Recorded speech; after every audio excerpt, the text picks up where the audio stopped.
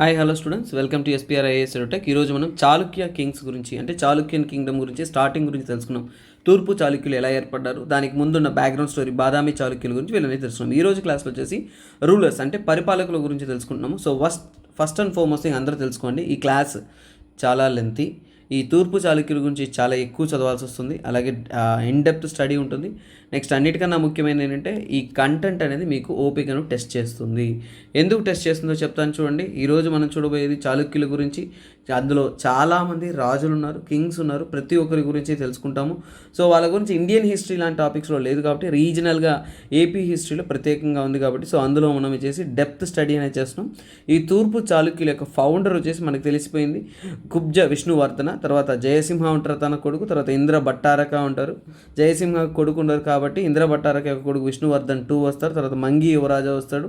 So తనకు 3 కొడుకులు ఉంటారు. సో వాళ్ళ మధ్య కాన్ఫ్లిక్ట్స్ ఉంటాయి. తర్వాత విజయాదిత్య 1, విష్ణువర్ధన 4, తర్వాత ఇక్కడ కలి విష్ణువర్ధన, ఇలా లిస్ట్ చూడండి. ఒక 20-30 రూలర్స్ ఉంటారండి. ప్రతి ఒక్కరి కథ మనం చదవాల్సి వస్తుంది, ప్రతి ఒక్కరి గురించి తెలుసుకోవాలి. ఎందుకంటే హిస్టరీ అనేది టాపిక్ ఎలాంటి టాపిక్ అంటే మనము ఎక్కడ కూడా ఈ రాజుద్దులే స్కిప్ కొడదాం అని చదవలేం కదా.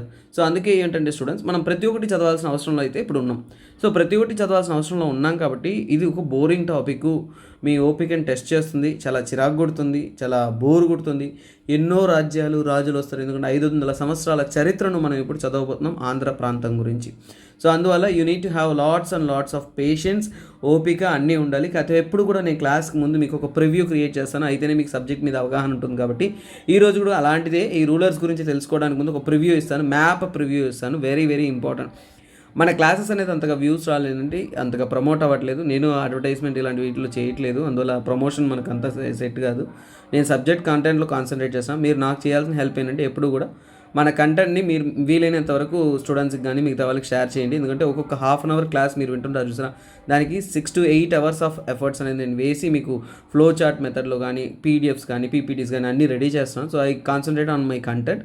మీరు దీన్ని స్టూడెంట్స్ దగ్గర తీసుకెళ్ళడంలో నాకు హెల్ప్ చేయండి. ఓకే, మనం కంటెంట్లోకి వెళ్తున్నాము. సో ఇక్కడ చూడండి, ఫస్ట్ ఆఫ్ ఆల్ ఒకటి స్టార్టింగ్లో 7వ శతాబ్దంలో 7th centuryలో ఏదైతే తూర్పు చాళుక్యుల రాజ్యం ఏర్పడిందో అప్పుడు పరిస్థితులు తీసుకున్నామంటే చాలా జాగ్రత్తగా చూడండి. వెరీ వెరీ క్రూషియల్ ఇది అర్థమైతేనే నెక్స్ట్ సబ్జెక్ట్సే మీకు అర్థమవుతుంది. ఇది అర్థం కాలేదంటే ఏమీ అర్థం కాదు. సో ఇది ఎస్టాబ్లిష్మెంట్ ఆఫ్ ద సబ్జెక్ట్. ఇప్పుడు మనము ఒక 2 గంటల క్లాస్ ఉంటుంది ఈ రూలర్స్ అందరి గురించి. అది సెక్షన్గా మీకు ఒక వేరే అంటే ఒక్కొక్క క్లాస్గా అనేది అప్లోడ్ అవుతుంది. కానీ మోస్ట్లీ ఫుల్ క్లాస్ అనేది యూట్యూబ్లో దొరకదండి. మీకు యాప్లోకి వచ్చి మీకు మొత్తం క్లాస్ పీడిఎఫ్స్ అన్నీ కూడా పొందొచ్చు. సరే, ఇక్కడ చూడండి, ఇది చాళుక్యులు అండి. ఇక్కడ నుంచి ఏర్పడ్డారు. ఇక్కడ వెంగి చాళుక్యులు, తూర్పు చాళుక్యులు అనేసి. అదే సమయంలో ఇక్కడ కొన్ని రాజ్యాలు చుట్టుపక్కల ఉంటారు చూసండి. ఇక్కడండి ఏముంది, గంగా డైనెస్టీ ఉంది. సౌత్లో ఏముంది, పల్లవాస్ ఉన్నాయి. నార్త్లో చూడండి, ఇక్కడ కళింగ ఉంది, ఇక్కడ బనా ఉంది, తర్వాత ఇక్కడ అలుపా ఉంది. ఇవి ఇక్కడ ఉంటున్న పరిస్థితులు ఉంటాయి. ఏవేవి రాజ్యాలు ఉన్నాయనేది మనకు క్లారిటీగా అర్థమైంది. ఇదేంటి, 7వ శతాబ్దంలో. తర్వాత 100 సంవత్సరాల్లో కాలం మారిపోతుంది. ఎందుకంటే 8వ శతాబ్దం ఆ టైంకి వచ్చే టైంకి ఏంటంటే 8th century 9th century ఆ ట్రాన్సిషన్ స్టేజ్లో వచ్చేసి ఈ చాళుక్యులు వాళ్ళ ప్రాముఖ్యతను కోల్పోతారనమాట. సో చూడండి, నార్త్లో ఇక్కడ చూడండి పాలా వస్తారు, అలాగే రాష్ట్రకూటాస్ వస్తారు. ఫ్యూచర్లో వచ్చేసి గుర్జర ప్రతిహారాస్ వస్తుంది. మీరు ఇండియన్ హిస్టరీ చదివేటప్పుడు ఈ టాపిక్స్ చదువుతారు. గుర్జర ప్రతిహార మరియు రాష్ట్రకూట పాల, వీళ్ళ ముగ్గురు మధ్య ఈ యొక్క ట్రై ప్యాట్రియట్ స్ట్రగుల్ అనేది జరుగుతుంది. అది నార్త్లో జరుగుతుంది. దాన్ని ఇంకా అక్కడ వదిలేద్దాం. అదే సమయంలో 8వ శతాబ్దంలో ఆ సమయంలో తీసుకున్నప్పుడు మన ఆంధ్ర ప్రాంతంలో వెంగి చాళుక్యులు ఎవరైతే ఉన్నారో ఈస్టర్న్ చాళుక్యస్ వాళ్ళు బాగానే ఉన్నారు. కాకపోతే వాళ్ళ యొక్క జన్మని స్టార్టింగ్ ఉన్నారు కదా వెస్టర్న్ చాళుక్యులు, వాళ్ళు ఎండ్ అయిపోయారు. ఈ వెస్టర్న్ చాళుక్యులు అనేది మధ్యలో మాయమైపోతారు, అంటే వాళ్ళ యొక్క ప్రాముఖ్యత అనేది కోల్పోతారు. పులకేషన్ 2 తర్వాత పవర్ఫుల్ రూలర్ ఎవరు ఉంటారో ఆ స్టోరీస్ వస్తూ ఉంటుంది, నో వరీ. సో ఇక్కడ ఏంటంటే రాష్ట్రకూటాస్ పవర్ఫుల్ అవుతారు. రాష్ట్రకూటాస్ పవర్ఫుల్ అయిన తర్వాత ఒకవైపు వెంగికి రాష్ట్రకూటాస్కి గొడవలు యుద్ధాలు జరుగుతూ ఉంటాయి. స్టోరీ అక్కడి దాకా ఫస్ట్ హాఫ్ అనేది అలా పోతుందన్నమాట. అలాగే ఎప్పట్లాగే ఇక్కడ ఉంటున్న కళింగతో యుద్ధం అనేది కంటిన్యూ అవుతూ ఉంటుంది. చాళుక్యులు చాలా వరకు కొంతమంది వచ్చేసి వేములో వాడే చాళుక్యులు అంటారు, అది తెలంగాణ ప్రాంతంలో పరిపాలిస్తూ వస్తారు. వాళ్ళు రాష్ట్రకూటాస్కి సబార్డినేట్గా ఉంటారు, వాళ్ళు వేరు. అలాగే ఏంటంటే ఇక్కడ ఉన్న చాళుక్యులు ఏమైపోతారంటే సౌత్ మోస్ట్ పార్ట్కి అనేది వెళ్ళిపోతారు. అదే సమయంలో ఇక్కడ ఈ 8వ శతాబ్దం ఆ సమయంలో మీరు తెలుసుకోవాల్సిన అంటే పల్లవాస్ సౌత్, అంటే వెంగి చాళుక్యులకి సౌత్లో పల్లవాస్ ఉంటారు, ఒకవైపు రాష్ట్రకూటాస్ ఉంటారు, ఇంకోవైపు కళింగస్ ఉంటారు. వీళ్ళ మధ్య గొడవ అనేది ఆగదు, అది కంటిన్యూ అవుతూనే ఉంటుంది, నో ప్రాబ్లం. తర్వాత చూడండి, కాలం మారిపోతూ వస్తుంది. ఇంకో శతాబ్దం అంటే నెక్స్ట్ సెంచరీ అంటే 9th సెంచరీ అంటే 9వ శతాబ్దానికి వచ్చినప్పుడు కాలం మారిపోతుంది. ఇక్కడ రాష్ట్రకూటాస్ ఉంటారు, స్టోరీ కరెక్ట్, రాష్ట్రకూటాస్కి చాళుక్యులకి యుద్ధం జరుగుతుంది. కానీ ఇక్కడ ట్విస్ట్ ఏంటంటే ఇప్పుడు పల్లవాస్ని రిప్లేస్ చేసి చోళాస్ వస్తారనమాట. సో ఇప్పుడు ఏంటి, పల్లవాస్ని రిప్లేస్ చేసి చోళులు అనేవాళ్ళు వచ్చారు ప్రాముఖ్యతకి. ఇప్పుడు వెంగి చాళుక్యులకి రాష్ట్రకూటాస్కి యుద్ధం జరుగుతుంది, అక్కడ ఇంటర్నల్ పాలిటిక్స్ జరుగుతుంది. అదే సమయంలో చోళా వాళ్ళతో కూడా కాన్ఫ్లిక్ట్ జరుగుతుంది. అక్కడ కూడా ఇంటర్నల్ కాన్ఫ్లిక్ట్స్ కానీ లేదంటే ఇంటర్నల్ అఫేర్స్లో ఒకరికొకరు ఇంటర్ఫేర్ అవ్వడం కానీ ఇలాంటి అంశాలన్నీ జరుగుతాయి అన్నమాట. ఇది ఇక్కడ జరుగుతున్న కథ. అదే సమయంలో ఇక్కడ కళింగ ఉన్నారు, నో ప్రాబ్లం, మీకు క్లియర్గా అర్థమైంది. ఇది ఇక్కడ ఉంటున్న పరిస్థితి 9వ శతాబ్దం అంటే 900 ADకి. నార్త్లో ఎవరు, గుర్జర ప్రతిహారాస్ ఉన్నారు, వాళ్ళ స్టోరీ అంతే. తర్వాత ఈ స్టోరీ ఇక్కడ పోతుందా, ఇంతవరకు ఏంటి, వెంగికి రాష్ట్రకూటాస్కి యుద్ధం జరుగుతుందా. ఇప్పుడు సీన్ మళ్ళీ మారిపోతుంది. అంటే ఇక్కడ ఏంటంటే ఇక్కడ కాకతీయస్ కాదండి. సో లెట్ us assume ఇది కాదు, ఈ image, that's my mistake. So ఇక్కడ తూర్పు చాళుక్యులు ఉన్నారు, గంగా డైనెస్టీతో వాళ్ళ యుద్ధం కంటిన్యూ అవుతుంది, చోళాతో ఇంటర్ఫరెన్స్ కంటిన్యూ అవుతుంది. ఇప్పుడు మళ్ళీ చాళుక్యులు వచ్చారు. ఇప్పుడు ఏంటంటే రాష్ట్రకూటాస్ వాళ్ళ పవర్ తగ్గిపోయి వాళ్ళ యొక్క డామినెన్స్ తగ్గిపోయి ఈ రీజియన్లో సదర్న్ మోస్ట్ కర్ణాటక ఆ ప్రాంతం నుంచి కళ్యాణి చాళుక్యులు వస్తారనమాట. ఈ కళ్యాణి చాళుక్యులు వచ్చేసి మళ్ళీ వాళ్ళ రాజ్యాన్ని రీఎస్టాబ్లిష్ చేయడానికి వాళ్ళ ప్రయత్నం చేస్తారు. ఆ కళ్యాణి చాళుక్యాస్కి చోళాస్కి మధ్య గొడవ ఉంటుంది. సో ఇక్కడ కళ్యాణి చాళుక్యాస్కి చోళాస్కి గొడవ ఉంటే ఇక్కడ తూర్పు చాళుక్యులకి చోళాస్కి ఫ్రెండ్షిప్ ఉంటుంది అనమాట. అంటే అంతకుముందు ఉన్న గొడవ పెళ్ళిళ్ళు చేసుకోవడం వల్ల అది ఫ్రెండ్షిప్గా మారిపోతుంది. This is the story which will continue అనమాట. ఇలా ఈ యుద్ధాలు గొడవలు జరుగుతూ ఉన్నప్పుడు నెక్స్ట్ అప్కమింగ్ స్టేజెస్లో తీసుకున్నారంటే మెల్లమెల్లగా వచ్చేసి నెక్స్ట్ ఈ తూర్పు చాళుక్యులు ఎండ్ అయ్యే టైంకి ఏమవుతుందంటే ఇక్కడ కళ్యాణి చాళుక్యులు కొంతమంది ఉంటారు, హొయసలాస్ పవర్ఫుల్ అవుతూ వస్తారు, ఇంకా ఏర్పడుతూ వస్తారు. అదే సమయంలో కాకతీయస్ ఇక్కడ పక్కన కాకినాడ ఉంది కాబట్టి ఆ పదం వచ్చేస్తుంది. సో కాకతీయస్ పవర్ఫుల్ అవుతూ అంటే ఇది ఒక 10th సెంచరీ తర్వాత అనుకుందాం, ఓకేనా, 10వ శతాబ్దం కానీ దాని తర్వాత స్టేజెస్లో కాకతీయస్ వచ్చేసి మెల్లమెల్లగా వచ్చేసి ఆ ప్రాంతాన్ని రీఎస్టాబ్లిష్ చేసుకుంటారు. సో అప్పుడు ఇక్కడ ఈ చోళా ప్రాంతం చూసారా, ఈ చోళులకు ఈ మధ్య గ్యాప్లో కొన్ని ట్రాన్సాక్షన్లో వచ్చేసి కొన్ని సంవత్సరాలు వచ్చేసి చాళుక్యుల రాజ్యం అనేది చోళుల యొక్క మ్యాట్రిమోనియల్ అలయన్స్ వల్ల చాళుక్య చోళాస్ అనే వాళ్ళు ఏర్పడతారు. ఎవరు వాళ్ళు, చాళుక్య చోళాస్. సో అంటే వీళ్ళిద్దరి మధ్య అంటే మదర్ సైడ్ వచ్చేసి చోళాస్, ఫాదర్ సైడ్ వచ్చేసి చాళుక్యస్, ఇలా వీళ్ళ డైనెస్టీ అనేది ఎండ్ అయిపోతుంది. అదే సమయానికి తీసుకున్నారు అంటే వెస్టర్న్ కళ్యాణి చాళుక్యులు కూడా వాళ్ళ ప్రామినెన్స్ కోల్పోయి కర్ణాటక ప్రాంతంలో యాదవాస్ వస్తారు, హొయసలాస్ వస్తారు, కాకతీయస్ అనేది ఆంధ్ర ప్రాంతంలో స్ట్రాంగ్ హోల్డ్ అవుతారు. ఇది మనము తెలుసుకునే చరిత్ర.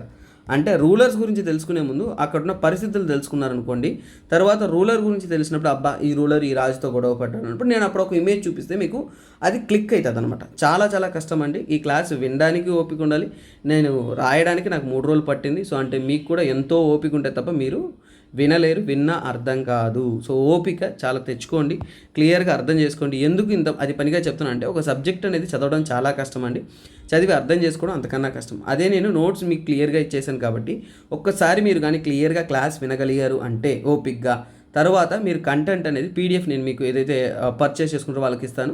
సో ఆ పీడిఎఫ్ ఒక్కసారి రివిజన్ చేసుకుని ఎగ్జామ్లో పోయి మీరు 100% సక్సెస్ అనేది సాధించుకోవచ్చు. That is one thing. సరే, ఇప్పుడు మనము ఇంతకుముందు తెలుసుకున్నట్టే ఈ తూర్పు చాళుక్యుల్లో మొట్టమొదటి రాజు ఎవరు అంటే మనకి తెలుసు, that is Kubja Vishnuvardhana. So ఇప్పుడు మన రాజ్యంలో ఉన్న రూలర్స్ కోసం వచ్చేసాము. సో ఇప్పుడంతా కూడా మనమంతా కూడా టైం ట్రావెల్ చేద్దాం. అంటే ఈ స్టోరీలో ఏంటంటే మనమంతా కూడా ఇక్కడ ఉన్నట్టు మనం మాట్లాడుకోవద్దు, మనమంతా కూడా ఆ రూలర్ దగ్గరికి వెళ్ళిపోయినట్టు. సో ఇప్పుడు మనమంతా ఎక్కడున్నాము, 600 అంటే 7వ శతాబ్దంలో ఉన్నాము, కుబ్జ విష్ణువర్ధన దగ్గర ఉన్నాం.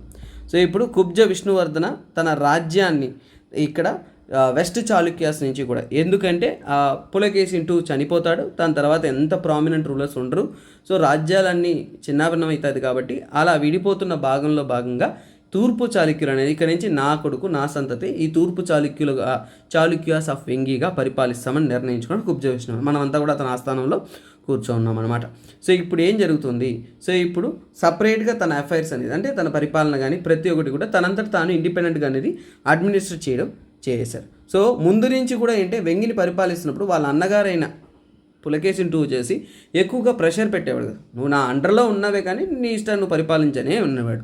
సో అలా ఇతను ఏంటంటే తనకి ఎప్పుడైతే ఫ్రీడమ్ ఇస్తారు, ఇండిపెండెన్స్ ఇస్తారు, అప్పుడు ఆర్మీ రెడీ చేయగలరు, పక్కన వాళ్ళని అటాక్ చేయగలరు. సో అలా మన హీరో ఏంటంటే మామూలుడు మనం అంతా అక్కడ కూర్చొని చూస్తా అంటే కుబ్జ విష్ణువర్ధన వెంటనే ఫోన్ చేస్తాడు, మొత్తం అంతా పిలుచుకొని ఆర్మీ అంతా రెడీ చేసుకొని ప్రతి నీటి మీద, నేల మీద, గాలి మీద ప్రతి ఒక్కటి మనం ఆక్రమించాలని ఫిక్స్ అయిపోతాడు.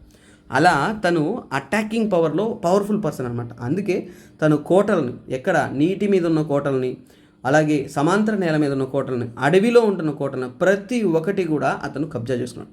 ఇన్స్క్రిప్షన్లో ఏమని చెప్పుంటారు చూసారా, విష్ణువర్ధన నుంచి స్థల జల వన గిరి విశ్వ దుర్గేశ అంటే ఏంటి? స్థల సమాంతర స్థలాల మీద ఉంటున్న, జల నీటి మీద ఉన్న కోటలను, అలాగే వనగిరి అంటే అడవిలో ఉంటున్న కోటలని కూడా, విష్మ దుర్గేశ అంటే విష్మ అంటే కోటలు అన్నమాట, అన్నిటినీ జయించిన వాడా అనేది చెప్తున్నారు. ఎవరు? మీరే పాడుతున్నారు, అవునా కదా?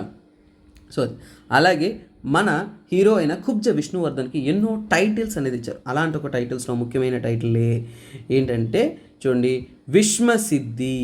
What is విశ్వసిద్ధి? విశ్వసిద్ధి అంటే సో కోటలను జయించువాడా అని. సో అందువల్లనే చూడండి విశ్వ దుర్గేశ అన్నారా. సో అలా పలకడం అంటే రైటింగ్లో అలా ఇచ్చున్నారు. అంటే ఏమని? అతను కాన్క్యూరర్ ఆఫ్ ఫోర్ట్స్, కోటలను జయించాడు అనమాట. అది మాత్రమే కాకుండా మకరధ్వజ అనే టైటిల్ ఇచ్చారు, కామదేవ అని ఇచ్చారు. సో అది వేరు పర్సనల్, మనకు అక్కర్లేదు. సో ఇలాంటి పలు టైటిల్స్ అని ఇచ్చారు. సో ఇంకొక ముఖ్యమైన విషయం మీరు గుర్తుపెట్టుకోండి, ఇక్కడ ప్రతి రాజుకి కూడా ఒక 5-6 టైటిల్ ఇస్తారు. ఎందుకంటే మనం ఆడ చూస్తుంటే రాజాస్థానం రాజు కూర్చోంటే ప్రతి ఒక్కరు ఈ కవులు కానీ ఆపోజిట్ రూలర్స్ కానీ ఎవరన్నా వచ్చినప్పుడు అంతా ఏంటి రాజా మహారాజా అంటే ఓ అని పాటలు పాడేస్తారు, అవునా? రాజా రాజాది రాజా అని. అంటే ఏమని? వీళ్ళు ఇష్టానికి టైటిల్స్ ఇచ్చేయడం వల్ల మనకు తలనొప్పి కూర్చుంది. మనకి ఎక్కువ పేర్లు గుర్తుపెట్టుకోవాల్సిన పని ఉంది. సో అందువల్ల సాహసాలు చేయకండి, అంటే ఎక్కువ గుర్తుపెట్టుకోండి, సాహసాలు చేయకండి. ఒక్కసారి చదవండి, ఇంకోసారి రివిజన్ చేయండి, మీకు గుర్తుండిపోతుంది. సో అందువల్ల దాన్ని గుర్తు తెచ్చుకోవాలి అనే ప్రత్యేకంలో చదవకండి. ఎందుకంటే అందరికీ మహారాజా అంటారు. విశ్వసిద్ధి అనేది ఒక టైటిల్ కాదు, 5-6 ఒక టైటిల్ ఉంది. అలాగే చాళుక్యుల యొక్క రూలర్స్ చదివేటప్పుడు ఈ తూర్పు చాళుక్యులు పెద్ద టార్చర్ ఏంది తెలుసా? ఒకే పేరు గుర్తుపెట్టుకోండి, ఒకే పేరు విజయాదిత్య. 1 2 3 4 5 6 7 దాకా ఉన్నారు. విష్ణువర్ధన 1 2 3 4 దాకా ఉన్నారు. అంటే ఏమని? ఇక్కడ ఒకే పేరుతో మీకు 5-6 రూలర్స్ అనేవాళ్ళు వరుసగా అనేది ఉన్నారు కాబట్టి అది ఒక ప్రాబ్లమేటిక్. సో అందువల్ల మీరు సాహసాలు చేయకండి, క్లాస్ వినండి, కంటెంట్ ఒకసారి చూడండి, తర్వాత మీకు ఈజీ అయిపోతుంది సబ్జెక్ట్. తర్వాత ఇక్కడ మన విష్ణువర్ధన ఆ యొక్క వెస్టర్న్ చాళుక్య బాదామి నుంచి వస్తున్నారు చూసారా. బాదామి నుంచి తన రాజ్యాన్ని ఇప్పుడు వెంగి దగ్గర స్థాపన జరుగుతుంది. కానీ తను వస్తున్నప్పుడు తనతో పాటు కొంతమంది జిగిరి దోస్తులు ఉంటారు, అవునా? అంతా సిట్టింగ్ పార్టీలో కూర్చొని వీళ్ళంతా డిస్కషన్లు చేసుకున్నారు. మచ్చా నేను వదిలి వెళ్ళిపోతున్నారా, నేను వెంగికి వెళ్ళిపోతున్నాను రా. సో అందువల్ల బాదాంలో మీరేం చేస్తారా? మచ్చా నువ్వు లేకుండా నేను లేనురా. సరే ఇద్దరు వచ్చింది. సో అందరు కలిసి బయలుదేరి ఎక్కడికి వచ్చారు? వెంగికి వచ్చారు అనమాట.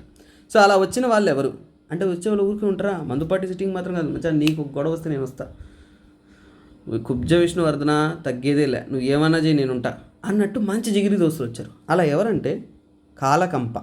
అతను ఏ కుటుంబానికి చెందినవాడు అంటే పట్టవర్ధిని కుటుంబానికి చెందినవాడు. తన కోసం ప్రాణత్యాగమే చేశాడు. ఇక్కడ ఏంటంటే దుద్దలేరు అనే ఒక ప్లేస్లో వచ్చేసి యుద్ధం జరుగుతున్నప్పుడు చనిపోతాడు మన యొక్క కాలకంప. కానీ ఇతను ఈ కుబ్జ విష్ణువర్ధన వెంగిలో తన రాజ్యాన్ని స్థాపించుకోవడానికి ఈ మచ్చగలంతా కూడా మెయిన్ కారణం అన్నమాట. ఎందుకంటే వాళ్ళంతా జిగిరి దోస్తులు. తర్వాత బుద్ధవర్మ అతనేనంటే చీఫ్ ఆఫ్ గిరి పశ్చిమ సీమ. ఈ గుంటూరు ప్రాంతం ఏదైతే ఉంటుందో, మరి ఈ దోస్తుగాలు నమ్మొచ్చేసారనుకోండి వదిలేయడు కదండి. వెంగి రాజ్యం హెడ్ క్వార్టర్స్లో ఉంటా, అరే నన్ను ఆ రాజ్యం తీసుకో, నువ్వు ఈ రాజ్యం తీసుకో అన్నట్టు అందరికీ పంచిపెట్టేశారు. సో ఒక్కొక్కరు అడ్మినిస్ట్రేషన్లో హెల్ప్ చేశారనమాట. తర్వాత అటవి దుర్జయ, ఇతను మత్స్య ఫ్యామిలీకి చెందిన అతను. ఇతను ముఖ్యంగా ఏంటంటే చాలా పవర్ఫుల్. ఈ అటవి దుర్జయ ఉన్నట్టు చూసారా, హీస్ ఎ గ్రేట్. దుర్జయాస్ అని అంటారు. తర్వాత డైనెస్టీస్ వస్తాయి. ఈ ఆంధ్ర ప్రాంతంలో పరిపాలించిన దుర్జయాస్ అనేవాళ్ళు చాలా పవర్ఫుల్. ఎందుకంటే ఇతను ఏంటంటే chief of Vaddadi and Madugula, Vizag ఈ ప్రాంతం చూసారా, అక్కడ ఉన్న ప్రాంతంలో హీఈస్ ద చీఫ్ అనమాట. ఈ ప్రాంతం అంతా కూడా దుర్జయాస్ చాలా వరకు కాలం పరిపాలిస్తారు. వీళ్ళ గురించి సపరేట్ క్లాస్ ఉంటుంది, అక్కడ అదే ఈ క్లాస్ ఎండ్లో వస్తుంది, అక్కడ చెప్తాను. కాకపోతే అన్నిటికన్నా ముఖ్యమైనది అటవి దుర్జయ వచ్చేసి మన హీరో అయిన ఎవరైతే ఇక్కడ కుబ్జ విష్ణువర్ధన్ ఉన్నో తనకు ఎంతో ఒక మంచి రైట్ హ్యాండ్ అనమాట. ఏంటంటే ఎవరు వచ్చి అటాక్ చేసినా నేను ఉంటా అన్నట్టు ఎనిమీస్ అందరినీ కూడా తొక్కేస్తాడు. అంత పవర్ఫుల్ పర్సన్, అంత నమ్మకమైన ఫ్రెండ్ అనమాట. ఇంకా చెప్పాలంటే ఈ కుబ్జ విష్ణువర్ధనకి ఒకవైపు కళింగ నుంచి వస్తున్న సమస్యలన్నింటినీ కూడా పరిష్కరించడం కానీ, ఎనిమీస్ని అటాక్ చేయడంలో కానీ, ఎంతోమంది ఎనిమీస్ని అణిచివేయడంలో కూడా హెల్ప్ చేసిన వ్యక్తి మన అటవి దుర్జయ. సో దుర్జయ అనే వ్యక్తి చాలా హెల్ప్ఫుల్గా ఉన్నాడు మన యొక్క కుబ్జ విష్ణువర్ధనకి. సో కుబ్జ విష్ణువర్ధన స్టోరీ ఇంతటితో అయిపోలేదు, మనం ఇంకా చూస్తున్నాము. సో అందులో ముఖ్యంగా ఏంటంటే కుబ్జ విష్ణువర్ధన పరిపాలించారు అనేది ఎలా తెలుస్తుంది మనకి? గ్రాంట్లు కానీ ఇన్స్క్రిప్షన్స్ కానీ, అంతే కదా. సో ఇప్పుడు మనమైతే టైం ట్రావెల్ చేసి ఆయన ఆస్థానంలో ఉన్నా కూడా మనకు తెలుసు, కానీ పాపం జనాలు ఈ జనరేషన్ ఉన్న వాళ్ళు కావాలి కదా. అలా కావాలంటే అప్పుడు మనం ఏదైనా రాసి పెట్టుకోవాలి. సో అలా మన దోస్తు గారు ఒకరు రాశారు, ఏమిది? తిమ్మాపురం గ్రాంట్ అంటే రాజు తిమ్మాపురం ప్రాంతంలో ఎన్ని దానాలు చేశాడు, గొప్ప సేవలు చేశాడని చెప్పేసి మనం రాసామన్నమాట. అప్పుడు పెన్నులు లేవు కదా, మనం పట్టుకెళ్ళిపోయి కూర్చొని రాసామన్నమాట. సో అందువల్ల ఏంటంటే it had been written. So ఈ తిమ్మాపురం గ్రాంట్ ద్వారా ఏంటంటే they had a clear cut evidence, అంటే మొత్తం ఎవిడెన్సెస్, అబ్బా రాజు ఉన్నాడు, పరిపాలించాడు, ఎన్నో దాన ధర్మాలు చేశాడు, సంస్కృతం ఇలాంటి భాషలను ప్రమోట్ చేశాడు, అలాంటి ఎవిడెన్సెస్ దొరికాయి. అలాగే అన్నిటికన్నా ముఖ్యం అంటే చీపురుపల్లి గ్రాంట్. ఎందుకంటే చూడండి, చీపురుపల్లి గ్రాంట్ నేను చెప్పే కదా, మనకి చాలా వస్తాయి, అన్నీ గుర్తుపెట్టుకోలేము. ఒకటి రెండు గుర్తుపెట్టుకోండి అని చెప్తాను నేను, అవి మీరు ఖచ్చితంగా గుర్తుపెట్టుకోవాలి. అలాంటిది ఇది చీపురుపల్లి గ్రాంట్ ఇంపార్టెంట్. ఎందుకంటే అంతకుముందు వారికి యువరాజా అని రాసేవాళ్ళు. అంటే ఈ తిమ్మాపురం గ్రాంట్ కానీ మిగతా గ్రాంట్స్లో ఏంటంటే మన కుబ్జ విష్ణువర్ధన్ అని యువరాజు అని తెలిపేవారు. అది ఇంతకుముందు క్లాస్లో కూడా చెప్పున్నాను. యువరాజు అంటే ఏంటి? అతను సబార్డినేట్ అనమాట, అంటే స్వతంత్రమైన రాజు కాదు, అతను సబార్డినేట్. ఎవరికి సబార్డినేట్? పులకేశిన్ టూకి సబార్డినేట్. కానీ ఇక్కడ చిరుపురుపల్లి గ్రాంట్ ఎందుకు ఇంపార్టెంట్ అంటే అది 641 AD అప్పుడు రచించుంటారు. అందులో ఏంటంటే మహారాజా అని తెలుపుంటారు. మహారాజా అని తెలిపారంటే ఏంటి? He's the sole king, sovereign king, అంటే అతను ఇండివిజువల్ కింగ్, తనకి ఎవరు కూడా అపోజిషన్ లేదు అని క్లియర్ కట్గానే చెప్తున్నారు అనమాట. సో దీని ద్వారా మనకి ఏమర్థమవుతుంది? Chipurupalli grant belongs to the Kubja Vishnuvardhana. ఇది వెరీ ఇంపార్టెంట్, ఎగ్జామ్లో అడిగే అవకాశాలు ఉన్నాయి, మీరు గుర్తుపెట్టుకో. సరే, తర్వాత ఇతను రాజ్యస్థాపన జరిగింది, వెంగి ప్రాంతానికి వచ్చాడు. మరి రాజ్యం ఎస్టాబ్లిష్ అవుతుందంటే చుట్టుపక్కల ఉన్న రాజ్యాలు ఏవేవి? సో స్టార్టింగ్ కాబట్టి ఇక్కడ చూడండి ఎంతవరకు తన రాజ్యాన్ని వ్యాపింపజేశాడు. సో నార్త్ సైడ్ తీసుకున్నాం అనుకోండి, నాగవల్లి రివర్ వరకు, శ్రీకాకుళం దగ్గర ఉంటుంది ఈ నాగవల్లి నది. ఇప్పుడు కూడా శ్రీకాకుళం మధ్యలో నుంచి అట వెళ్తుందన్నమాట. ఈవెన్ ఐ హ్యాడ్ విజిటెడ్ అనుకుంటు, ఒకసారి వెళ్ళున్నాను, గుర్తులేదు. ఈ నాగవల్లి నది వచ్చేసి అక్కడ దాకా, అంటే శ్రీకాకుళం దాకా వచ్చేసి తన టెరిటరీ అనేది ఎక్స్పాండ్ చేశాడు నార్త్లో. మరి సౌత్లో తీసుకున్నంటే నెల్లూరు వరకు తన ప్రభావం అనేది చూపించారు, అంటే ఎస్టాబ్లిష్మెంట్, తన కింగ్ యొక్క పవర్ అనేది చాటుకున్నాడు. తర్వాత వెస్ట్ సైడ్ వచ్చేసి తెలంగాణ ప్రాంతం వరకు, అంటే తెలంగాణ మొత్తం కాదు, తెలంగాణ దగ్గర వరకు ఏంటంటే తన ఎస్టాబ్లిష్మెంట్ అనేది కొనసాగింది. మోస్ట్లీ కోస్టల్ రీజియన్లో ఉన్న ప్రస్తుతం ఉన్న ఆంధ్ర ప్రాంతం అంతా కూడా మన కుబ్జ విష్ణువర్ధన వచ్చేసి కబ్జా చేసుకున్నాడు. సో ఇది తన యొక్క ఆక్రమణ, కానీ తన ప్రాంతం అంటే తన కింగ్డమ్ ఎంత ప్రాంతం వరకు, నార్త్లో శ్రీకాకుళము, సౌత్లో నెల్లూరు, వెస్ట్లో తెలంగాణ. ఇప్పుడు మనకి క్లియర్ వ్యూ ఉంటుంది కదా, దట్స్ ఇంపార్టెంట్. తర్వాత కాన్ఫ్లిక్ట్స్ విషయానికి వద్దాం. అంటే అతనికి ఎవరెవరితో గొడవ ఉంది. నేను ఎప్పుడో ఒక విషయం చెప్పాను, నార్త్లో కళింగాలు ఉన్నారు, సౌత్లో పల్లవాళ్ళు ఉన్నారు. ఫస్ట్ నేను చెప్తున్నాను, ఇమేజెస్ చూపించాను ఫస్ట్ క్లాస్లోనే. సో అదేనండి. సో అతనికి కాన్ఫ్లిక్ట్స్ విషయానికి వచ్చారంటే ఇంద్రవర్మ III. ఈ ఇంద్రవర్మ III ఎవరు అంటే అతను తూర్పు గంగా డైనస్టీకి చెందినవాడు, ఈస్ట్ గంగా డైనస్టీకి చెందినవాడు. ఇతను కళింగ. సో కళింగ నుంచి నార్త్లో ప్రాబ్లమ్స్ వస్తుంది కాబట్టి వీళ్ళిద్దరు కూడా ఫైటింగ్ డిషుమ్ చేసుకుంటూ అన్నారు. సో గొడవ వస్తూ ఉన్నాయి. సో ఇంద్రవర్మ వచ్చేసి నార్త్లో గంగా డైనస్టీకి చెందిన అతను, అతనికి మన కింగ్ అయిన కుబ్జ విష్ణువర్ధన్కి కాన్ఫ్లిక్ట్స్ అనేది ఉంటూ ఉన్నాయి, దట్స్ కామన్. తరువాత తీసుకున్నా అంటే మహేంద్రవర్మ I. సో ఇతను పల్లవాకి చెందిన రాజు. ఈ మహేంద్రవర్మ I వచ్చేసి పులకేశిన్ II, అర్థమవుతుంది మీకు? పులకేశిన్ II ఉన్న సమయంలో వచ్చేసి పులకేశిన్ II వచ్చేసి చంపేస్తాడు ఈ మహేంద్రవర్మని. మళ్ళీ ఈ మహేంద్రవర్మ I యొక్క కొడుకు నరసింహవర్మన్ వస్తాడు, అతను పోయి పులకేశిన్ IIని చంపేస్తాడు అన్నమాట. సో ఇలా వీళ్ళిద్దరి మధ్య కాన్ఫ్లిక్ట్స్ అనేది జరుగుతూ ఉంటుంది, that's a different story. But Mahendravarma వచ్చేసి నాట్ ఓన్లీ వెస్టర్న్ చాళుక్యాలు, ఈ చాళుక్యులు కూడా సదర్న్ మోస్ట్ పార్ట్లో నెల్లూరు ప్రాంతం వరకు వీళ్ళ ప్రభావం ఉందని చెప్పాను. సో ఆ ప్రాంతం వరకు అటాక్స్ అనేది, అలాగే వాళ్ళ ఆక్రమణ అనేది జరుగుతూ వచ్చిందనమాట. ఇదేంటి? This is the story between them. So మన విష్ణువర్ధన్ కోటికి మా పాప కూడా వచ్చేసింది. సో కంటిన్యూ చేద్దాము. సో యాక్చువల్గా ఏంటంటే తన సమయంలో వచ్చేసి ఏ రిలీజియన్ ఎక్కువగా నమ్ముతూ వచ్చారు, ఏ రిలీజియన్ ఫాలో అవుతున్నారు అనే విషయానికి వచ్చాయంటే మనకి ఇంతకుముందు చూసిన విష్ణుకుండిని కానీ వాళ్ళంతా కూడా ఏంటంటే శివభక్తులు. తర్వాత పల్లవులు కూడా శివభక్తులు అనమాట. అదేవిధంగా వచ్చేసి చాళుక్యులు కూడా ఫర్దర్గా వచ్చేవాళ్ళు చాలామంది శివభక్తులుగా అనేది ఉంటారు. కానీ ఈ విష్ణువర్ధన కొద్దిగా డిఫరెంట్, అంటే పేరులోనే విష్ణు ఉంది కదండి. సో అందువల్ల అంటే he's a worshipper of Vishnu. ఈ కుబ్జ విష్ణువర్ధన వచ్చేసి విష్ణు యొక్క భక్తుడు. అలాగే అంటే పరమ భగవత అని కూడా అంటారు, అంటే తన పేరులోనే ఏంటంటే విష్ణు ఉంది కదా. సో అలాగే విష్ణు భక్తి, అలాగే పరమ భగవత అంటారు, అంటే విష్ణు భక్తి అనేది ఇతనికి ఎక్కువగా ఉందనేసి. అలాగే అంటే తను చాలా వరకు అంటే విష్ణు దేవుని కోసం టెంపుల్స్ కూడా కన్స్ట్రక్ట్ చేశారు. కుంతి మండప అంటారు, పితాపురం దగ్గర. So even if you had visited or not, I had visited Pithapuram అంతా వెళ్ళి చూస్తున్నాము.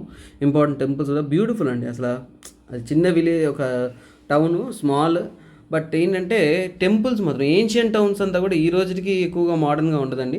అవంతా కూడా అంటే కాలంతో పాటు చాలా వరకు ఇప్పుడున్న మోడర్న్ సిటీస్ డెవలప్ అవడంతో వాటి ప్రాముఖ్యత కోల్పోయాయి. కానీ ఆ కాలంలో అంటే సుమారుగా 1000 సంవత్సరాల క్రితం, 500 సంవత్సరాల క్రితం అప్పుడే ఇంత అద్భుతమైన కన్స్ట్రక్షన్స్ కానీ ఇవన్నీ కూడా వాళ్ళు క్రియేట్ చేశారంటే వాటి గురించి మనకి చెప్పడానికి మాటలు సరిపోవండి. ఈరోజు మనం కూర్చొనేసి ఒక సిటీ డెవలప్ చేయాలంటే, ఒక క్యాపిటల్ డెవలప్ చేయాలంటే ఎంతో టఫ్ సిచ్యువేషన్స్లో మనం ఉన్నాం. ఒక 10 సంవత్సరాలు అయినా కానీ ఒక సొల్యూషన్ తేలట్లేదు. కానీ ఆ కాలంలోనే వీళ్ళు ఒక హిస్టారికల్గా ఒక్కొక్క క్యాపిటల్ని ఎంత అద్భుతంగా డెవలప్ చేశారు, అలాగే టెంపుల్స్ ఎలా డెవలప్ చేశారని తెలుసుకుంటేనే you can see the beauty over the. అలాగే రిలీజియన్ విషయంలో వచ్చా కుబ్జ విష్ణువర్ధన గారు విష్ణువుని భక్తిగా, విష్ణుకి చాలా వరకు డివోటీగా ఉన్నారు. కానీ వాళ్ళ వైఫ్ డిఫరెంట్ అండి.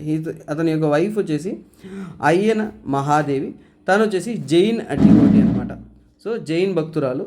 తను జైన్ టెంపుల్ అనేది కన్స్ట్రక్ట్ చేసింది నడుంబ వసతి అని అంటారు, విజయవాడ దగ్గర. సో విజయవాడ దగ్గర జైన్ టెంపుల్ అని నడుంబ వసతి అనేది construct.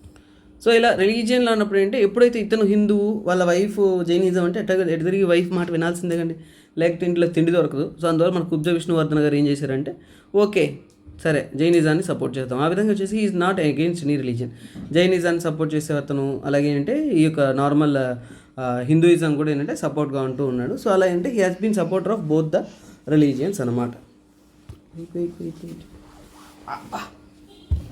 SIT at one place. సరే, అన్నిటికన్నా ముఖ్యమైన విషయం తెలుసా, ఈ పులకేసిన్ 2 గురించి కానీ, పల్లవుల గురించి కానీ, తర్వాత మన యొక్క ఈస్టర్న్ చాళుక్యూస్ కానీ మనకి ఫారిన్ ఎవిడెన్సెస్ చాలా దొరికాయండి. అందులో ముఖ్యమైనంటే visit of Hiuen Tsang. So Hiuen Tsang అనే వ్యక్తి చాలా చాలా ఇంపార్టెంట్.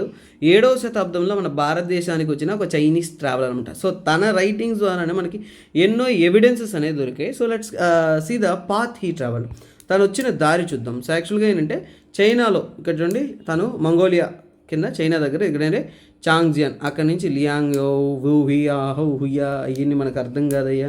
సో అందువల్ల అవన్నీ పక్కన పెడదామయ్యా. సో ఇటా చూసుకున్నామంటే ఇలా నార్త్ సైడ్ నుంచి కూడా ఎంటర్ అవుతాడు అనమాట.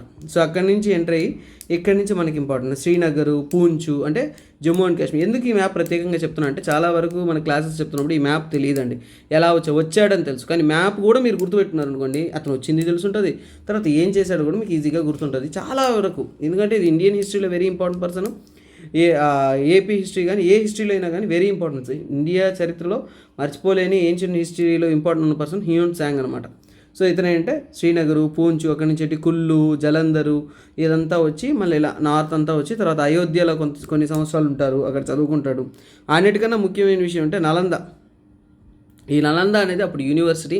ఆ నలంద యూనివర్సిటీలో బుద్ధిస్ట్ టీచింగ్ కానీ బుద్ధిస్ట్ లెర్నింగ్ ఎక్కువ ఉన్నాయి. ఈయన హ్యూన్ సాంగ్ అనే ఇతను నలందలో చాలా చదువులు చదువుతాడు. అప్పుడు ఇతనికి ఈ నలందలో ఇతను దోస్తు ఒకరు ఉంటాడు. సో అతను కంచి నుంచి వచ్చి ఉంటాడు, బోధిసత్వ అంటారు ఇదో పేరు, ఇంకోటి నేను ఇచ్చిన అనుకుంటాను, టక్కన గుర్తులా, నో ప్రాబ్లం. సో అతను ఏంటంటే నలందలో చదువుకున్నా, మా ఊరుంది తోపు తురుము, ఆ ఏరియా వచ్చి చూడు జరంత ఉంటుంది, హైలైట్ ఉంటుంది, you can go and enjoy అంటాడు. సరే అనేసి ఆ మాటలు అనేసి ఇతను మళ్ళీ అక్కడి నుంచి ట్రావెల్ చేస్తాడు. సో నలంద చదువుకున్న తర్వాత అక్కడి నుంచి కూడా తామ్రాలిప్తి, పాలాస్ యొక్క క్యాపిటల్, పాలా రీజియన్ గురించి అతను రాసుంటారు. తర్వాత అలా వచ్చి ఈ చూడండి కోస్ట్ ఆఫ్ ఆంధ్రానా. సో ఈ పార్ట్ చూడండి, ఇదంతా ఏంటి ఆంధ్ర ప్రాంతం కదండి. సో ఇక్కడ విజయవాడ వచ్చి విజయవాడ నుంచి వెళ్ళిపోయి మళ్ళీ ఇక్కడ కడప, కర్నూలు ఈ ప్రాంతం కూడా విజిట్ చేస్తారు. తర్వాత ఏంటంటే కంచికి వెళ్తారు. కంచికి వెళ్ళిన తర్వాత నాసిక్, ముంబై, రాష్ట్రకూట వాళ్ళందరి గురించి కూడా నోట్ చేస్తాడు. ఆ స్టోరీ వేరు, ఓకేనా. సో దాని గురించి మళ్ళీ చూస్తాము. కాకపోతే అది మనం పక్కన ఏపీ హిస్టరీ కదా, ఇక్కడ స్టిక్ అనేది. సో ఇక్కడ తీసుకుంటే ఇక్కడ అతను వస్తున్నప్పుడు పరిపాలించిన డైనెస్టీయే తూర్పు చాళుక్యులు. సో ఇప్పుడు మనకి కుబ్జ విష్ణువర్ధన గురించి, తూర్పు చాళుక్యుల గురించి చాలా వరకు డేటా, ఇన్ఫర్మేషన్ అన్నీ తెలిపింది ఎవరంటే ఇతను. కానీ అతను చదివింది రాజ్యాల గురించి కాదు, మళ్ళీ గుర్తుపెట్టుకోండి, బుద్ధిజం గురించి. అంటే ఆ సమయంలో బుద్ధిజం ఎలా ఉంది, ఏంటి పరిస్థితి అనే విషయాల గురించి చదువుతున్నాడు. సో అందువల్ల ఏంటంటే అతను very very important in Indian and AP history. So అతని గురించి మనం తెలుసుకుందామట. సో ఎలాగో మనకి అమరావతి అనేది ఇంపార్టెంట్ బుద్ధిస్ట్ సెంటర్ కాబట్టి ఆ ప్రాంతంలో వచ్చేసి హీ స్టేడ్ ఫర్ లాంగ్ అనమాట. ఒక 2 సంవత్సరాలు అక్కడ స్టే అవుతాడు. సో అలాగే ఏంటంటే ఇక్కడ ఇతను చైనీస్ బుద్ధిస్ట్ పిల్గ్రిము, అలా ట్రావెలర్గా బుద్ధిజం గురించి తెలుసుకుంటూ బుద్ధిస్ట్ ఇంపార్టెంట్ ప్లేస్ అంతా విజిట్ చేసుకుంటూ అన్నీ కూడా వెరీ సిగ్నిఫికెంట్గా అనేది ఉన్నాడు. అలా పోతూ పోతుంటే 2 సంవత్సరాలు ఆంధ్రాలో ఉండాల్సి వచ్చింది. అందులో ముఖ్యంగా ఎక్కడంటే ధరణికోట. సో ధన్యకటక అంటారు, ధరణికోట అంటారు, అంటే అమరావతి. సో అమరావతి దగ్గర వచ్చేసి ఇతను స్టే చేశాడు. అక్కడ స్టే చేసినప్పుడు అంటే చాలా వరకు అంటే బుద్ధిస్ట్ త్రిపిటకాస్ అని అంటారు. అంటే బుద్ధిస్ట్ టీచింగ్స్ ఉంటాయి చూసారా, అంటే అది మన భాషలో ఉంటుంది కాబట్టి అతనికి అర్థం కాదు. అతనికి హెల్ప్ చేయడానికి, అర్థమయ్యేలా చెప్పడానికి ఏంటంటే సో ఇద్దరు బుద్ధిస్ట్ మాంగ్స్ హెల్ప్ చేశారు. వాళ్ళ పేరంటే శుభుతి అండ్ సూర్య. ఈ శుభుతి అండ్ సూర్య ఇద్దరు కూడా అంటే monks who helped Hyun Tsang. So ఇది గుర్తుపెట్టుకోండి, ఇట్ మే బీ హెల్ప్ఫుల్. అంటే హ్యూన్ సాంగ్ ఒట్టిగా నేర్చుకోలేడు, ఎందుకంటే ఆయన చైన్ భాషలో టింగ్ టుంగ్ టంగ్ అని అంటే మన వాళ్ళకి ఏం అర్థం అవుతుంది, ఏం అర్థం కాదు. అవునా, మన వాళ్ళు ఏంటి అసలే విజయవాడలో మంచి ఫైర్ మీద ఉంటారు, లాగిపెట్టి 4 ఇచ్చేస్తే కష్టం అనమాట. సో అందువల్ల అవన్నీ ఆలోచించి మన హ్యూన్ సాంగ్ వచ్చేసి తెలివిగా వచ్చేసి బుద్ధిస్ట్ మాంగ్స్ హెల్ప్ తీసుకున్నాడు. కాకపోతే అతను చూశాడు, ఏంద్రా నాయన మనుషులు ఎంత దుడుచుకున్నాడు, చాలా వైలెంట్గా ఉన్నారు అని బాగా ఫీల్ అయిపోయాడు. సో అందువల్ల అంటే అతను రైటింగ్లో కూడా ఏంటంటే చాలా వరకు మెన్షన్ చేశాడు అనమాట. సో అతను రైటింగ్లో ఏం చెప్పాడు అంటే, ఇప్పుడు మనకి హ్యూన్ సాంగ్ అనే అతను తెలుసు, అతను తిరుగుతున్నాడని తెలుసు. అవునా, రోడ్లు వెంబడి అక్కడక్కడ తిరుగుతున్నాడు, ఇదో ఒకటి కొత్త చైనీస్ వాడు ఊర్లోకి వచ్చాడు, అందరికీ డౌట్ వచ్చింది. అవునా, అడిగినారు, పర్లేదులే ఎక్కడో నుంచి స్వామీజీగా ఉన్నాడు, తిరుక్కొని వదిలేశారు అందువలన. కాకపోతే అతను చూసిన ఒక విషయం ఏంటేసి తన ఎక్స్పీరియన్సెస్ ఉంటుంది చూసారా, దాన్ని డాక్యుమెంట్ చేశాడు. సో ఆంధ్రాలో తన ఎక్స్పీరియన్స్ని ఏమని డాక్యుమెంట్ చేశాడని తెలుసుకుందాం. సో ఇది ముఖ్యంగా ఏంటంటే 7వ శతాబ్దం కాలంలో రాజుల గురించి ఎక్కువ తెలియజేయలేదు, కానీ ఎక్కువగా వచ్చేసి రాజ్య పరిస్థితులు, సమాజం, అంతే కదండి. ఇప్పుడు ఆంధ్ర రాష్ట్రం యొక్క రాజ్యం అనేది ఎలా ఉనింది ఆ 7వ శతాబ్దంలో, కానీ ఆ సమయంలో ఎలా ఉనింది, ఏం చేస్తున్నారు, జనాలు ఎలా ఉన్నారు, సోషల్ కాన్సెప్ట్స్ అనేది తెలియడానికి ఒక అద్భుతంగా హెల్ప్ అయింది అనమాట. అందులో ముఖ్యంగా ఏంటి, ఇతను ఎలా ఎంటర్ అయ్యాడంటే చూడండి, ఎంటర్ అయిన రూట్ చూడండి, నార్త్ నుంచి వస్తున్నాడా, నార్త్లో ఆంధ్ర ఏముంటుంది మనకి, శ్రీకాకుళం. అవునా, సో శ్రీకాకుళం. సో అతను అంటే he entered through Srikakulam. So Srikakulam నుంచి కూడా అతను వచ్చాడు.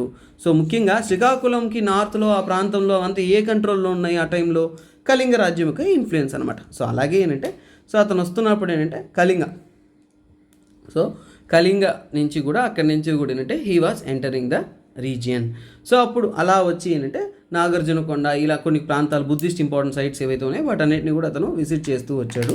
తర్వాత ఏంటంటే ఇతను ధన్యకటక, సో అది చెప్పాను కదా మీకు, ధన్యకటక దగ్గర, అలాగే నాగార్జునకొండ అవన్నీ కూడా కొన్నిసార్లు వెళ్ళాడు. కాకపోతే అక్కడ ట్విస్ట్ అయిన టర్న్స్ చాలా ఉన్నాయి, ఎందుకంటే కన్ఫ్యూజ్ అయ్యేవాడు. ఎందుకంటే మన తెలుగు రాష్ట్రాల్లో అప్పుడు అంత రూట్లు లేవు, మ్యాప్స్ లేవు, చాలా ఇబ్బంది పడేవాడు ట్రావెల్ అవ్వడానికి అని కూడా తను మెన్షన్ చేస్తున్నాడు. అలాగే ఏంటంటే ఇక్కడ మన వైజాగ్లు కానీ చాలా ఫైర్తో ఉంటారు కదా, రాయలసీమలు కానీ కడప కర్నూలు ఎంత కూడా ఏంటంటే వైలెన్స్ ఎక్కువ ఉంటుంది. ఏం వరి కాకుండా మా బాబా అలాగే తీస్తూ ఉంటుంది, క్లాస్ని డిస్టర్బ్ చేయాలని శతవిధాలా ప్రయత్నిస్తుంది. మనం మాత్రం తగ్గేదే లేదు, క్లాస్ కంటిన్యూ చేస్తూనే ఉంటాం. సో ఇక్కడ చూడండి, సో ఇక్కడ ఏంటంటే చాలా వరకు ఏంటంటే రాజ్యంలో బుద్ధిజం తగ్గిపోయిందని చెప్తున్నాను. అంటే అమరావతి అనేది ఒకప్పుడు హెడ్ క్వార్టర్స్, చాలా వరకు ప్రశాంతంగా బతికారు, వెరీ పీస్ఫుల్ పీపుల్గా, పీస్ మైండ్ సెట్ అనేది ఉంటుంది. కానీ ఈ సమయంలో ఈ చాళుక్యులు ఈ సమయంలో కొద్దిగా లేటర్ ఆన్ వచ్చేసి బుద్ధిజం పడిపోయింది కదండి. సో హిందూయిజం కానీ వైణవిజం, శైవిజం ఇవి వాళ్ళ యొక్క ప్రామినెన్స్లోకి వచ్చేసింది. సో అదే అతను తెలుపుతున్నాడు, ఏమంటే ప్రజలంతా కూడా చాలా వైలెంట్గా ఉన్నారు, బుద్ధిజం అనేది డిక్లైన్ అయింది. బుద్ధిజం అనేది ఏంటి, ఎక్కువగా పీస్, సైలెన్స్ ఇవేగా చెప్తారు.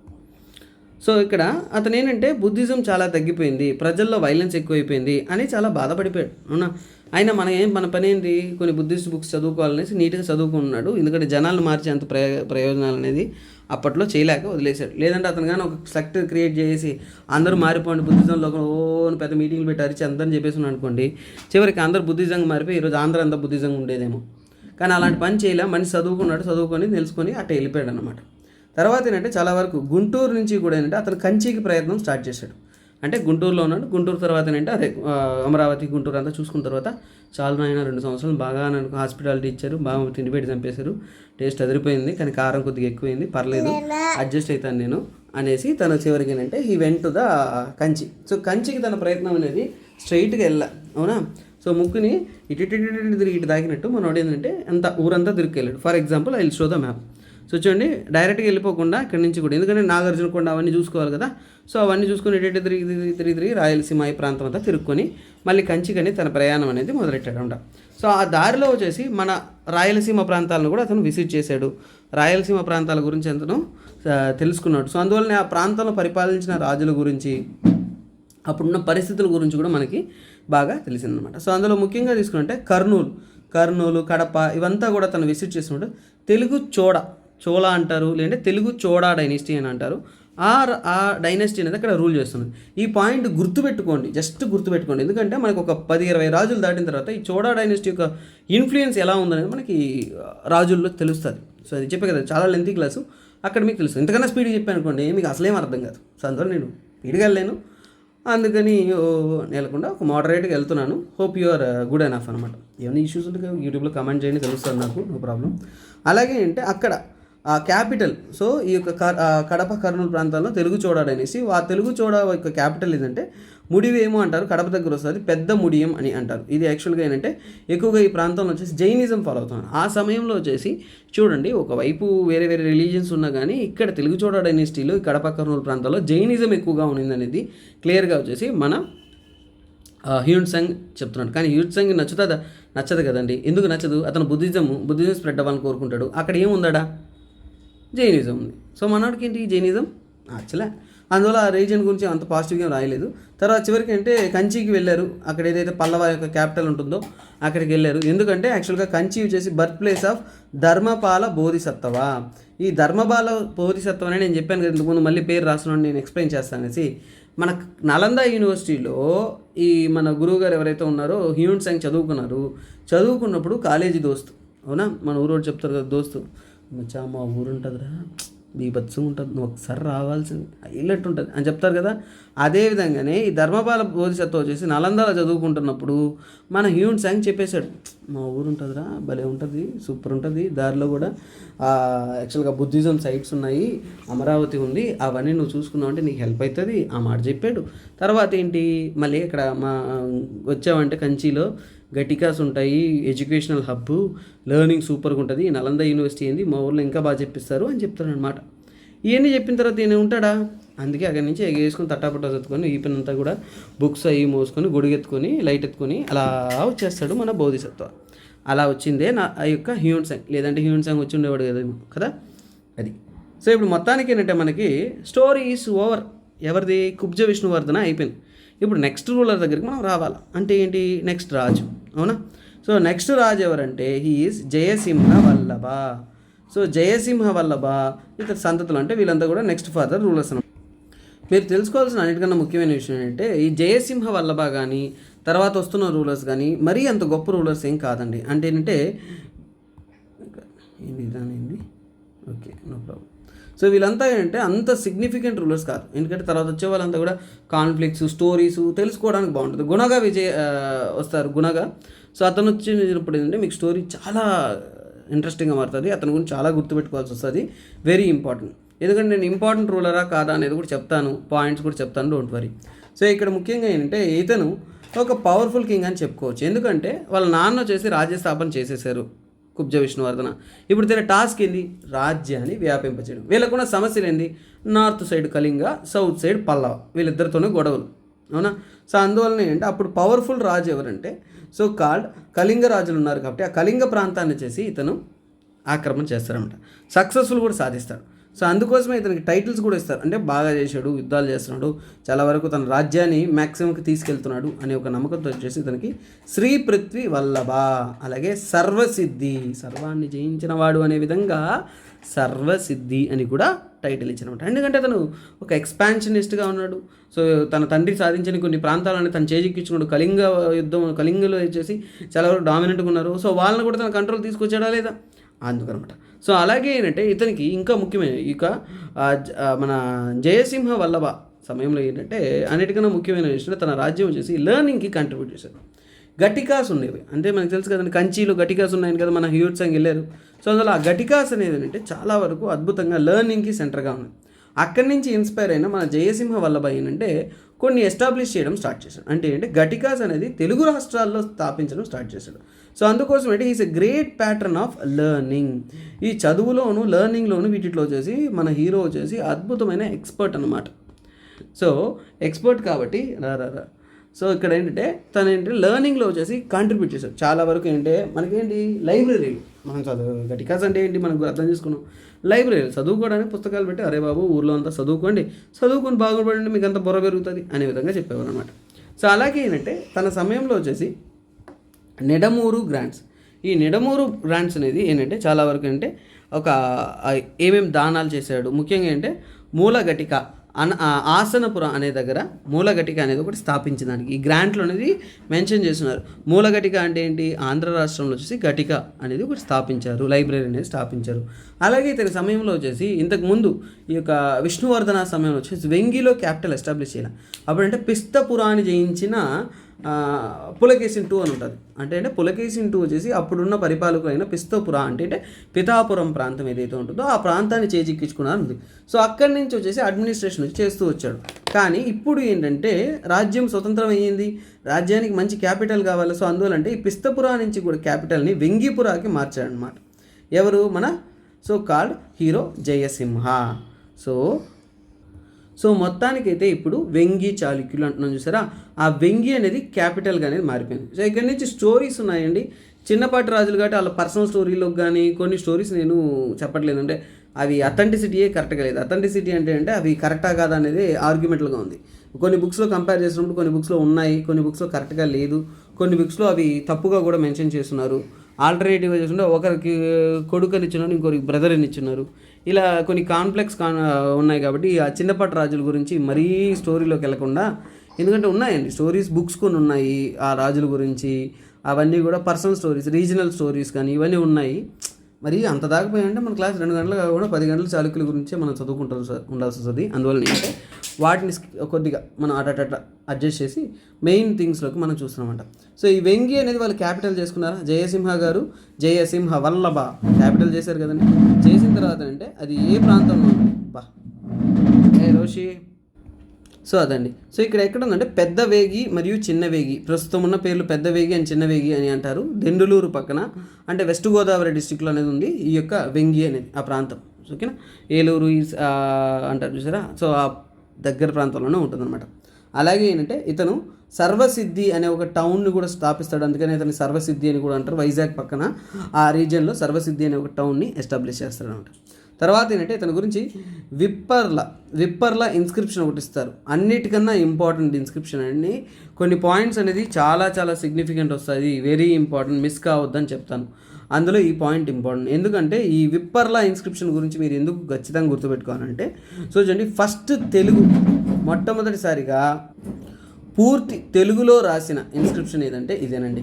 జయసింహ 1 సమయంలో విప్పర్ల ఇన్స్క్రిప్షన్ అనేది కంప్లీట్ తెలుగులో రచించిన ఒక ఇన్స్క్రిప్షన్. అంటే మిగతా లేదా సార్ అంటే ఫస్ట్ తెలుగు ఇన్స్క్రిప్షన్ ఇదే అని చెప్పుకోవచ్చు. అంటే ఇక్కడ మీకు ఒక విషయం అర్థమైపోయి ఉండాలి, తెలుగు భాష యొక్క ముఖ్యత్వం ఇక్కడ పెరుగుతూ వచ్చింది.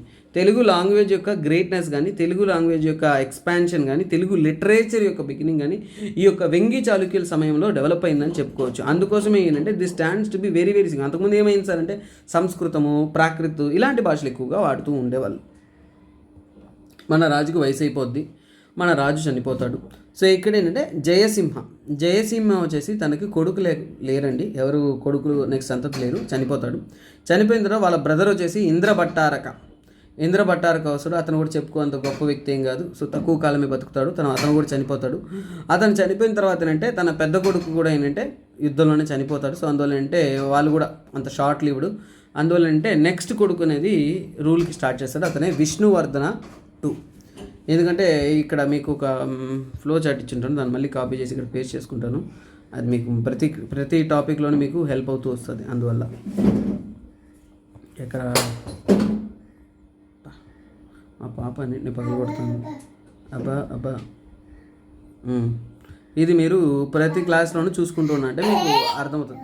ఏ silence, come here, come SIT.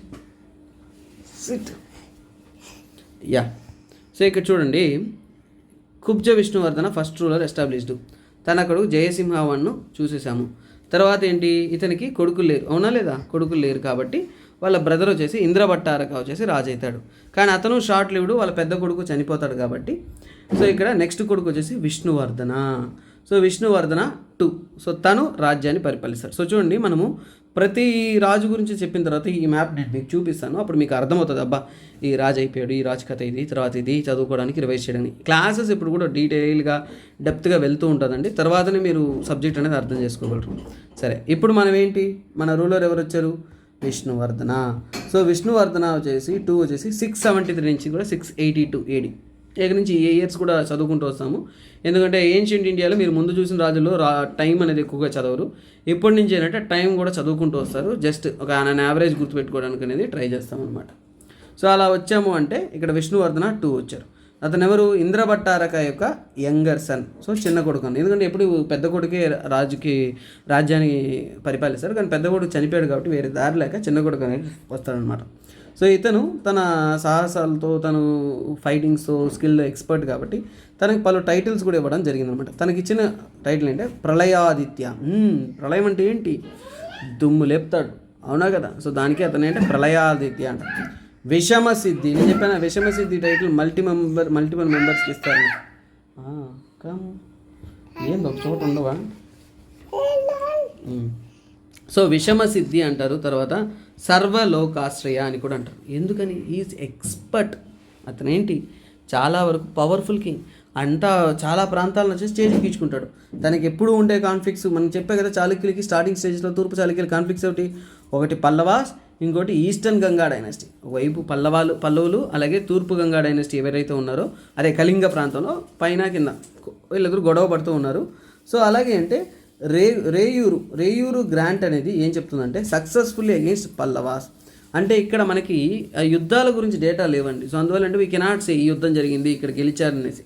కాకపోతే ఏంటంటే కొన్ని గ్రాంట్స్ వీళ్ళు దానాలు ధర్మాలు ఇచ్చినప్పుడు అందులో మెన్షన్ చేస్తున్నారు ఈ రాజు ఇక్కడ సక్సెస్ అయ్యాడు అనేసి. ఆ విధంగా వచ్చేసి రేయూరు గ్రాంట్లో ఏం చెప్పున్నారంటే చూడండి, పల్లవుల్ని ఈ యొక్క రాజు జయించినట్టు చెబుతున్నారు. అందుకే అతను ఏంటి? విషమసిద్ధి, సర్వలోకాశ్రయ అంటే సర్వాన్ని జయించిన వాడా అని గ్రేట్గానే చెప్తున్నారు. ఎందుకంటే తన పరిపాలనలో నెల్లూరు నుంచి వెంగి వరకు, ఎందుకంటే ఈ నెల్లూరు ప్రాంతంలో ఈ సౌత్ పార్ట్లో వచ్చేసి ఈ యొక్క పల్లవాస్ ఇన్ఫ్లుయెన్స్ ఉండేది. ఆ నెల్లూరు నుంచి కూడా వెంగి వరకు వచ్చేసి ఈ had taken in to the control. అలాగే నెల్లూరు ప్రాంతాన్ని తను కంట్రోల్ చేయడం మాత్రమే కాకుండా కొల్లేరు లేక్ దగ్గర ఒక ఆనకట్ట కూడా కట్టాడు అనమాట. అంటే దిస్ సిగ్నిఫికెన్స్ అంటే నెల్లూరు వరకు హీ హ్యాస్ బీన్ డామినెంట్, అంటే తను ఎదిరించే వాళ్ళు లేకుండా he has been powerful king till the Nellore అనమాట. అంటే పల్లవ ప్రాంతంలో కూడా తన ఇన్ఫ్లుయెన్స్ అనేది ఎక్కువగా ఉందనేది క్లియర్గా తెలుస్తుంది. సో అదండి మొత్తానికైతే మన సో కాల్డ్ విష్ణువర్ధన 2 వచ్చేసి చాలా పవర్ఫుల్ రాజు. కొల్లేరు నుంచి కూడా ఓకే నెల్లూరు నుంచి కూడా వెంగి వరకు పరిపాలించాడు. కొల్లేరు లేక్ దగ్గర కూడా అంటే ఆనకట్ట కట్టాడు. తర్వాత తన ఇన్ఫ్లుయెన్స్ సదర్న్ ఆ సైడ్ వరకు తీసుకెళ్ళాడు. సో ఒక స్ట్రాంగ్ హోల్డ్గా బాగుంది రాజ్యం. అయితే ఇక్కడ గుడ్ న్యూస్, హ్యాపీగా ఉంది, బాగుంది. కానీ ఇక్కడి నుంచి ట్విస్ట్ స్టార్ట్ అవుతుంది. ఇతను చనిపోయిన తర్వాత రాజ్యం అవుతుందంటే మంగి యువరాజా అని వ్యక్తి వస్తాడు. 682 నుంచి కూడా 706 AD వరకు పరిపాలిస్తాడు. తక్కువ కాలమే, అరౌండ్ ఒక 14 years అలా పరిపాలిస్తాడు. చాలా గొప్ప రూలర్ ఏం కాదు. జస్ట్ అతని గురించి తెలిసిందేంటి, he is a son of Vishnuvardhana 2. ఎందుకంటే ఆల్రెడీ రాజ్యం వచ్చేసి స్థిరమైపోయిన తర్వాత అంటే కాన్ఫ్లిక్ట్స్ అనేది తక్కువ ఉంటుంది, రాజుకు రెస్ట్ తీసుకోవచ్చు. అందువల్ల అంటే అతను ఆ మూడ్లోనే, ఆ రెస్టింగ్ మూడ్లోనే అలాగే ఉన్న కింగ్ అనేది ఉన్నాడు అనమాట. కాకపోతే ఇతనికి ఖాళీగా ఉన్నప్పుడు గమ్ము ఉంటాడా? 2 యువరాలను పెళ్లి చేసుకున్నాడు, అవునా కదా? సో ఖాళీగా ఉన్నాడు. సో ఖాళీగా ఉంటే ఏం చేయాలా? సో 2 యువరాలు ఉంటే హ్యాపీగా స్పెండ్ చేయొచ్చు అనేసి 2 యువరాలను పెళ్లి చేసుకుంటాడు. సో అందులో ఫస్ట్ యువరాని కొడుకు ఎవరంటే జయసింహ వల్లభ 2. సో అతను నెక్స్ట్ రూలర్ అనమాట. అంటే ఇక మంగి యువరాజ్ తర్వాత వచ్చిన రూలరు. తర్వాత ఏంటంటే ఇక్కడ చూడండి ఇంకొక కొడుకు కూడా ఉంటాడు. అతని పేరు వచ్చేసి కోకిల విక్రమాదిత్య. అలాగే సెకండ్ క్వీన్కి పుట్టిన వారు వచ్చేసి విష్ణువర్ధన 3. తర్వాత ఏంటంటే పృథ్వీపోరి డాటర్ అనమాట. ఇక్కడ ట్విస్ట్ ఎందుకు ఇది పనిగా చెప్తున్నాను అంటే ఇక్కడ మంగి యువరాజా అంత పవర్ఫుల్ కాదు, 2 యువరాలు ఉన్నారు, అన్ని స్టోరీ బుకే. నెక్స్ట్ జయసింహ వచ్చేసి రూలర్ అవుతాడు. తర్వాత జయసింహ చనిపోతాడు. జయసింహ చనిపోయిన తర్వాత వార్ ఆఫ్ సక్సెషన్ అంటారు. అంటే ఇంతవరకు ప్రశాంతంగా కొనసాగుతున్న చాళుక్యుల్లో కాన్ఫ్లిక్ట్ స్టార్టెడ్. సో అంటే ఏంటి, గొడవలు స్టార్ట్ అయిపోయాయి. సో కోకిల విక్రమాదిత్య అలాగే విష్ణువర్ధన 3 నేనంటే నేను రాజు అయితే నువ్వు రాజు అయితే అనేసి వీళ్ళిద్దరి మధ్య గొడవలు అనేది మొదలవుతుంది అనమాట. ఆ గొడవలే మనకు విష్ణువర్ధన స్టోరీ చూసేటప్పుడు చూస్తాం. అలాగే ఈ యొక్క మంగి యువరాజా తర్వాత వచ్చేసి జయసింహ వల్లభ 2 వస్తారు. 706 నుంచి 718 AD వరకు ఇతను కూడా ఒక 12 సంవత్సరాలు పరిపాలిస్తాడు. చెప్పుకోదగినట్టు గొప్ప విషయాలు ఏమీ లేవు. కాకపోతే ఇతను ఏంటంటే 12 years రూల్ చేస్తాడు. Death led to the war. ఈ జయసింహ వల్లభ ఎవరైతే ఉన్నారో అతను 2 అతను చనిపోయిన తర్వాత యుద్ధం అనేది స్టార్ట్ అవుతుంది. వార్ ఆఫ్ సక్సెషన్ అంటారు.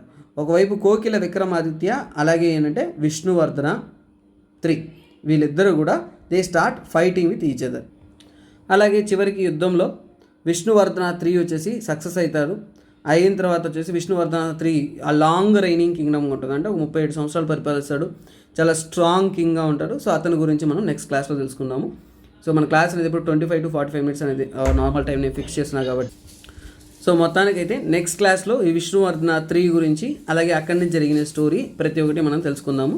Okay guys, thanks for watching. By take care, have a nice day. మర్చిపోకుండా ఛానల్ని సబ్స్క్రైబ్ చేసుకోండి, మీ ఫ్రెండ్స్తో షేర్ చేయండి. ఏపీ హిస్టరీ నేను ఇంకో ప్లాన్ కూడా పెట్టుకున్నాను, లైవ్గా కొన్ని క్లాసెస్ పెడదామనేసి.